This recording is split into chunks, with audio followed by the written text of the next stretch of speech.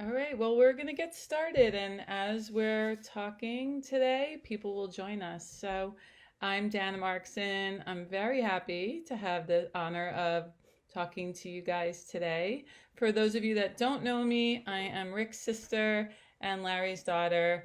I am a licensed clinical social worker in New Jersey. I'm owner and director of Mind Soother Therapy Center, which is a group psychotherapy practice, and we primarily work with teens and families. We use something called DBT skills as our focus, and DBT skills has like a lot of mindfulness, and I work a lot with therapists, coaching them, the therapists on my team and therapists in the community, therapists nationwide, actually coaching them on how to use mindfulness to show up big and create the life that you want.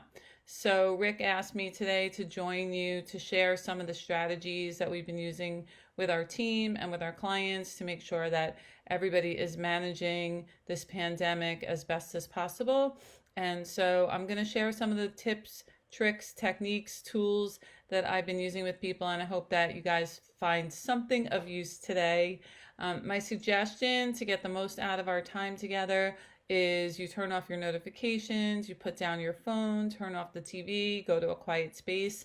Maybe you want to have a piece of paper next to you if you want to take some notes about the things that we're talking about today.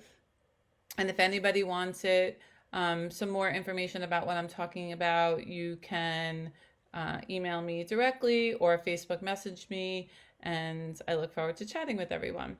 So, one of the things that I wanted to talk about was in this pandemic, there's lots of things that we can't control.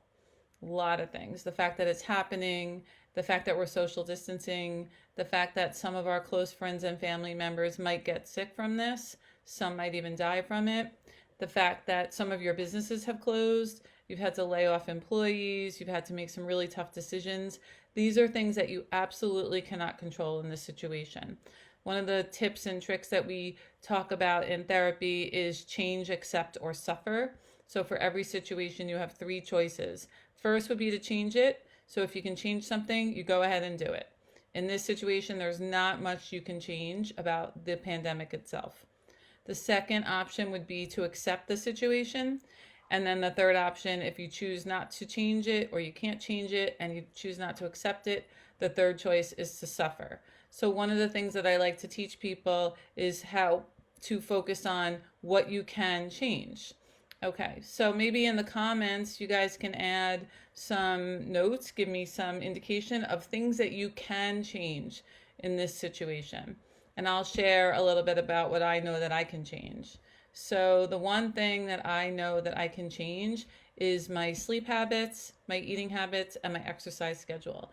So I've made a commitment to exercise for an hour a day, every single day, whether that's a leisurely walk or an exercise class online, take a stroll, go for a hike.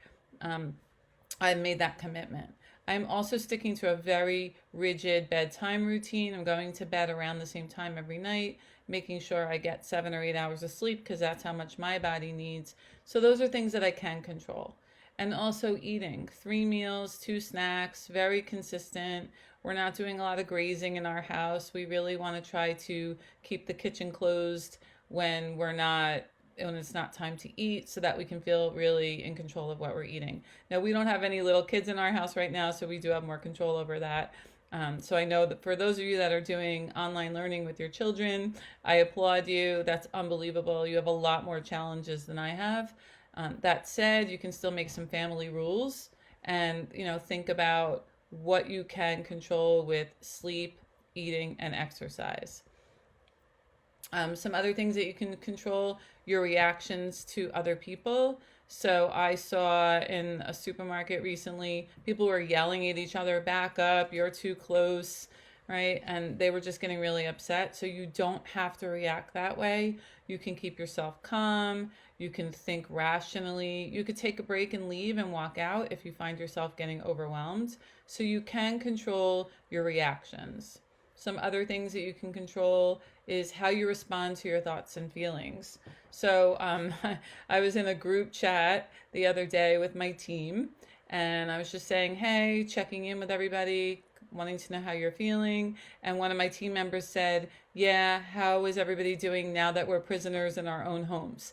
And I pulled her aside on the chat and I said, hi, just wanted to reframe that and let you know that I don't think that thinking is going to help you. You're not a prisoner in your own home. You have choices. You're socially distancing so that you can flatten the curve right now, and you still have options.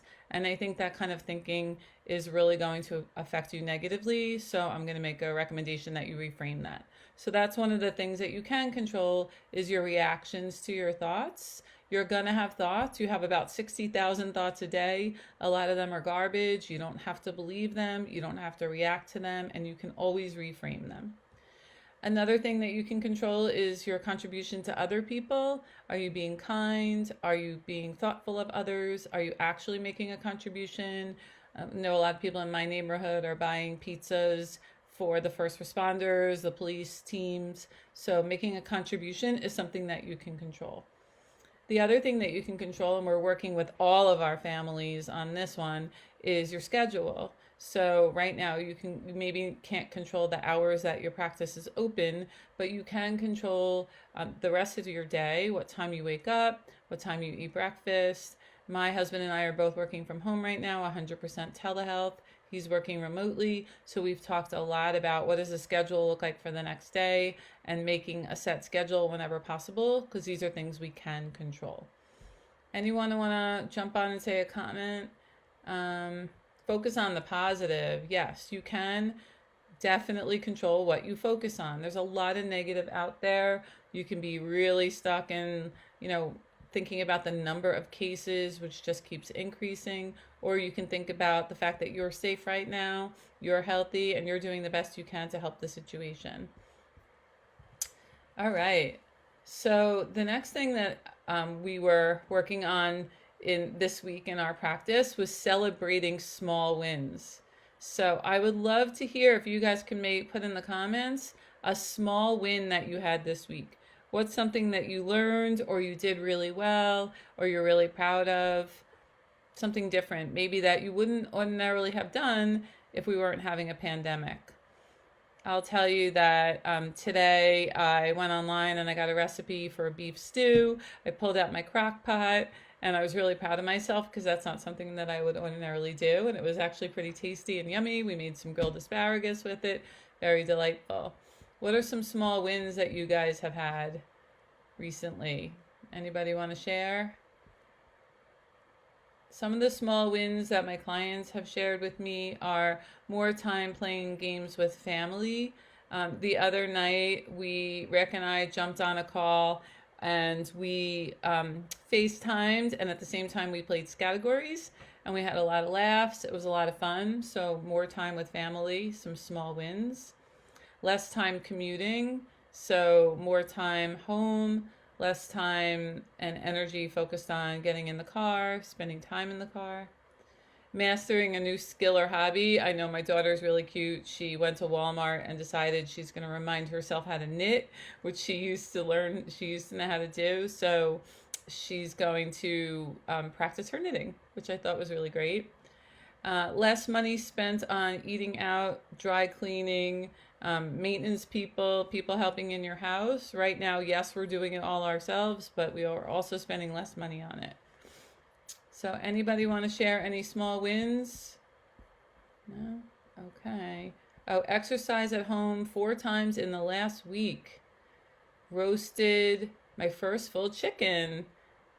Thank you. That's awesome. All of the Chiro Destiny members have been doing an amazing job with their teams. I think that's Rick sharing that. Thank you, Rick. Cleaned out my closet. That's a good one. I'm planning to do that this weekend, is get into my kids' rooms and clean out some of the drawers. Oh, Kimberly made a cauliflower pizza crust from scratch for the first time. That's awesome. So these are things that you can do. You can focus on your small wins. I'm checking in with my team every day, and I just want to know what's one small win that you had yesterday or today. Share it with us so we can all applaud each other. I think it's really important, and it's also important to stay connected and support each other. All right, so here's the biggie in terms of mindfulness. So if you can't change something, and you don't want to suffer, then the only other choice is acceptance. And acceptance is not what people think it is. Acceptance is not rolling over and just giving up and saying, oh, the situation got the best of me. Acceptance is saying, I don't like this. I don't agree with it. I don't condone it. I don't wish it to be true. I wish it was over now. And at the same time, it is what it is. It is my current reality. So acceptance is simply acceptance of your current reality, doing the best you can in the moment. So I'm going to say what you can't change right now. You cannot change the reality that we're having a pandemic. That is the reality. None of us thought that this was going to happen, and it's happening. Oops. Okay. We can't change. We all live in different states. I live in New Jersey. We have been sort of semi-quarantined for several days now, which I think was the right choice on the governor's part. And we can't change that's the expectation for our state. We can't change that social distancing is the expected norm right now. And that's the way it is. And for kids especially, this is really hard. They don't get it. They don't understand why they can't be near their friends. But you can't change, you can change the way that you think about it. So you can accept, you know what, for right now, for this current moment, this is the reality. You can accept that businesses and restaurants are closed or have limited hours. You can accept that you can keep a safe and healthy distance from your friends and family, and you can limit your outside movement so that you can flatten the curve and we can all go back to life as usual. A couple of people shared some other small wins, which I'll just go back to and share. Rick said our staff started cleaning out the entire office, creating a vacuum. That's awesome. Hi Stephanie, said I went from 40% cancel rate yesterday to only 20% today. That is awesome. I can't tell who said it, but my husband has cleaned out the house and has had dinner ready the last 2 nights when I got home. That's a win. So remember to keep celebrating these small wins. Radical acceptance means throwing yourself in fully into this moment and just saying to yourself, it is what it is. I have a little slide that I created for my team, and I'm going to pull up the radical acceptance coping statements. And maybe you guys want to write some of these down so that you can repeat them like a mantra, like an affirmation to yourselves. The first one is, it is what it is. It's happening. The next one, this is temporary. This too shall pass. I can get through this, and you can get through this, and you will get through this. It's not useful to fight the past. So for that one, that would be about looking back 3 weeks and saying, oh, I should have done this, or I wish I would have done that, or if I had only known. Well, we didn't. We had no idea, so we can only make changes and have acceptance for the now. The present moment is the only thing I can control. I can manage my current reality even if I don't like it. That is true. I have choices about how I behave and react. So this is something that I focus on a lot with the people that we work with. You may not have all of your choices right now. You still have choices, especially about your own behavior and your own reactions. I don't like this, and I can deal with it effectively. That's an acceptance statement. I don't like how this feels right now, and I can still make solid choices. I can cope with whatever gets thrown my way. Totally true. Does anybody have some radical acceptance statements they want to throw in the comments? Let's see. We are still here and serving our patients. That's actually a radical acceptance. Yep. Like, despite the situation, we are still showing up. Throw some of your radical acceptance comments in, and we will move on a little. Radical acceptance means throwing yourself in fully into what you know you can't change so that it keeps your emotional temperature low, reduces anxiety, it reduces anger, it keeps you very level, it keeps you focused on your goals. All right. Some other things that I've been sharing with my team is visualization and imagery, and how can you So let me back up a little bit. I'm using this as an opportunity to grow myself as a person, to bring my family closer together, to create stronger systems in place for my team, to have some more bonding with my team, to create some better therapy experiences, to up my clinical game. So I'm looking at this as an opportunity, and I encourage all of you to do that as well. So what I want you to do right now is visualize yourself when this pandemic is over, when we're all eventually back in our offices, back to life before the coronavirus, in a couple of weeks or days or months, we're not really sure how long it's going to be. What do you want to look and feel like? So I'm imagining a stronger, healthier, more prosperous me. What do you guys want to look and feel like? Think for a second. What do you picture? Does your body look the same? Does your hair look the same? Do you think the same? Do you feel the same? Try to take a little image of your office right now. Are the same people there? Some of you are probably having to do some layoffs or some furloughs right now. Are you hiring those people back? Are you cleaning house? Are you bringing in better, stronger, more capable people into your team? What's the vibe in your office? Do you have an opportunity to create some new vibrations, some new energy in your office? Were you complacent before? You just didn't have the energy to deal with it. It was good enough.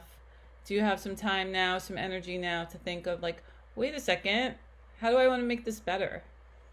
I know that I'm doing that. I'm making some changes, definitely some procedural changes for sure. And I know how I'm going to show up differently. I'm already thinking about new programs and events that we want to offer that I really think will bring the community together, which I was thinking too small before, and now I'm going to broaden it out.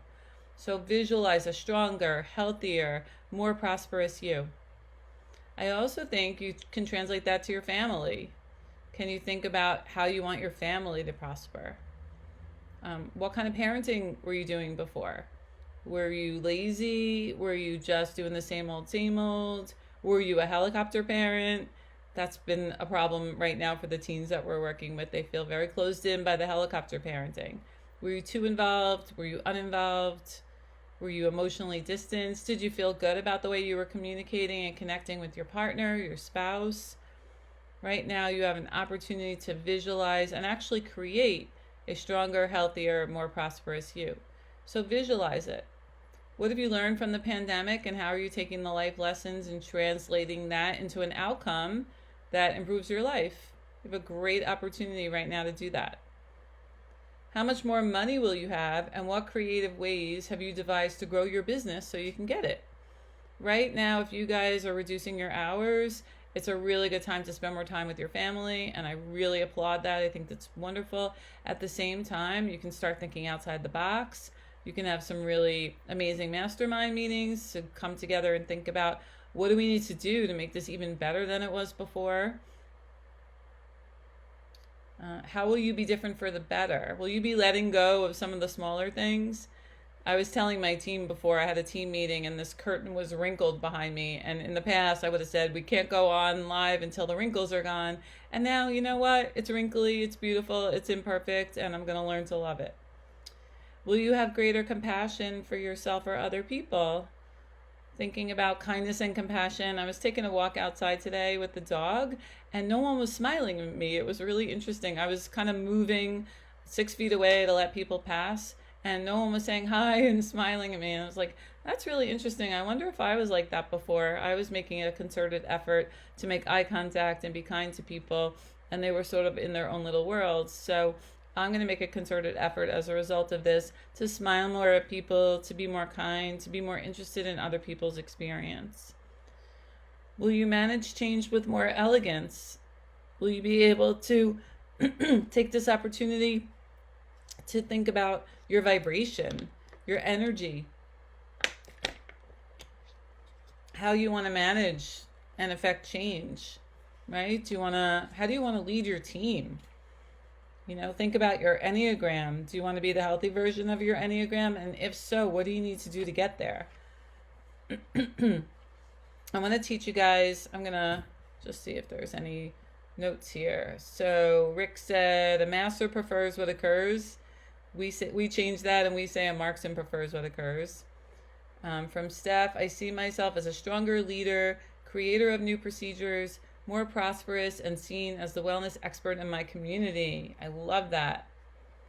From Larry, hey Dad, I have chiropractors calling patients, family, and friends to check in and share the concepts of affirmations, goals, and visualization with them. Be bright and future pace with them. I love it. Right? So we have opportunity here. Want to talk to you a little bit about breathing. I know there's a lot of anxiety in our community. I don't know where you guys are. You're probably all over the country, but we're in New Jersey. We have the second highest number of confirmed cases in our community, and we've been socially distancing for over a week, and there's a lot of high anxiety. You can sort of feel it. It's actually very palpable. So I think breathing exercises really help that. One of the things that you can do is some diaphragmatic breathing, which is breathing in for 4 and breathing out for 7. And so I just want to give everybody an opportunity to try that now. So you're going to close your eyes and you're going to breathe in for 4, and then you're going to hold it at the top for 1 second, and then you're going to breathe out for 7. So I'll count. You guys close your eyes. Breathe in. 2, 3, 4. Hold it. Breathe out. 7, 6, 5, 4, 3, 2, 1. Try that on your own for now. See if you can practice that.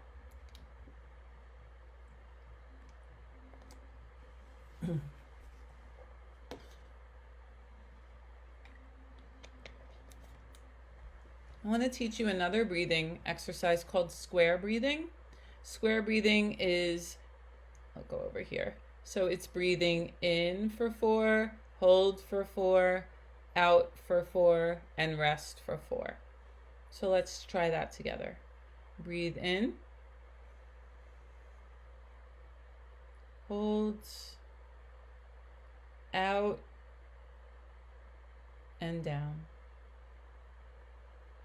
Breathe in, hold, out, and rest.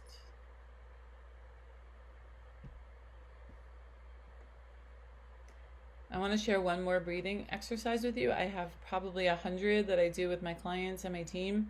It's called infinity breathing, and I really like it because it offers like the kinesthetic experience. So I'll show you in the air, but it really helps if you trace the infinity symbol on your leg, because then you can actually feel it. So infinity breathing is just what it looks like. You're going to make an infinity sign like that. I think you can see it. So you're going to breathe in and out. In and out. In and out.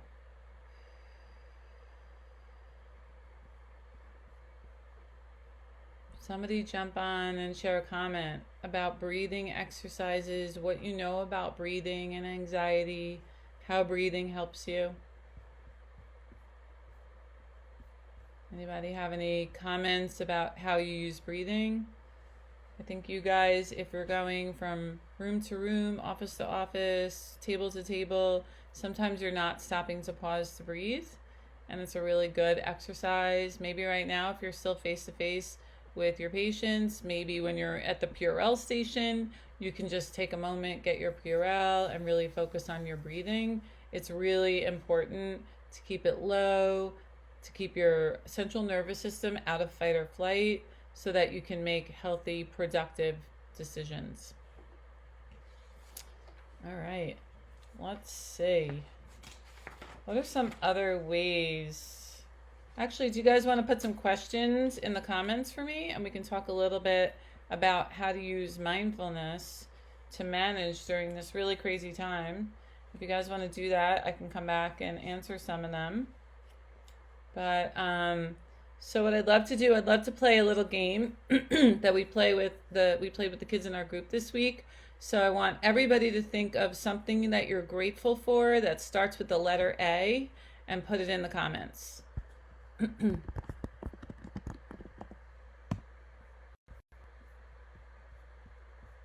right. Throw some stuff in there. What are you grateful for? Something that starts with the letter A.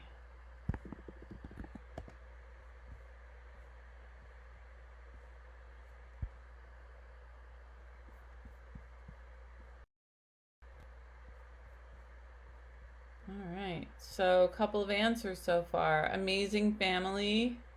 Apples. Anytime I start to feel anxious, I remember to do the 4-count breaths. Amazing team. All right, so this is a really great activity that you can play with your team or your kids. So you do the alphabet game. Go down the entire alphabet and you can say either things that you're grateful for or coping skills. So we use it for both because we like to reinforce the coping skills. So you go around the kitchen table at dinner, you say, what's something that you're grateful for that starts with an A?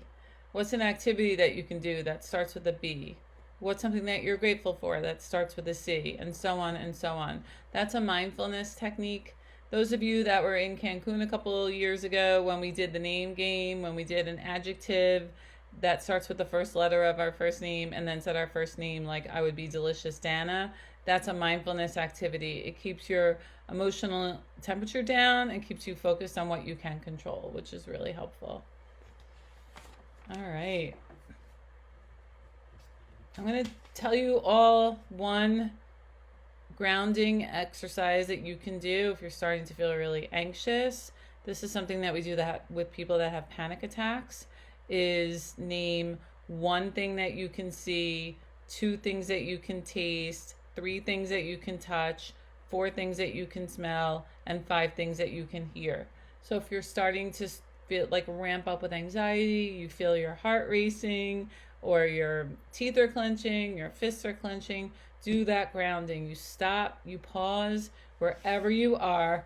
You could even be driving. You look out the window. Okay, what's one thing I can see? 2 things I can taste. And it's very grounding. It takes you out of that spiral of emotion or thought and brings you back to reality. Now let's answer. So, okay, A, things that I'm grateful for. Attitude, absolute health, affirmations, yay, great way to start the day. I actually revised my affirmation. My team is doing so amazing. I created a new affirmation and we did it today in our team meeting. It was really grateful for autumn. Access to technology to stay connected. I am really grateful for that. My entire practice is 100% online. We have transferred 9 weekly therapy groups to the online space and I had 100% attendance last week. I was super grateful for access to technology to make that happen. Adjustments from Dr. Rachel. Nice. Adventure. Awareness. Association with like-minded chiros. Thank you, Doug. Appreciation. And this person said B, bathroom break Brian. Hi, bathroom break. Good to see you. All right. I'm really enjoying this Facebook Live and this opportunity to bring you some of the tips, tricks, and tools that I teach my team, that I use for myself and my family every day, and then I bring to my clients. And so I wanted to end with a loving kindness meditation. And so the way that we usually do this is I say the line and then you guys repeat the line out loud and we're all together in unison, but we're just going to do it. I'm going to say it out loud. You repeat it wherever you're sitting. Okay? And then we're going to end. And I look forward to maybe doing this again with you guys. If you want to stay connected with me, please feel free to reach out. Some of you have my cell phone number. If not, you can get it from Rick. And I look forward to staying connected. So here's our loving kindness meditation. I'll say it, then you repeat it. May I be safe. May I be healthy. May I be happy. May I live with ease. May my loved ones be safe. May my loved ones be healthy. May my loved ones be happy. May my loved ones live with ease. May my team be safe. May my team be healthy.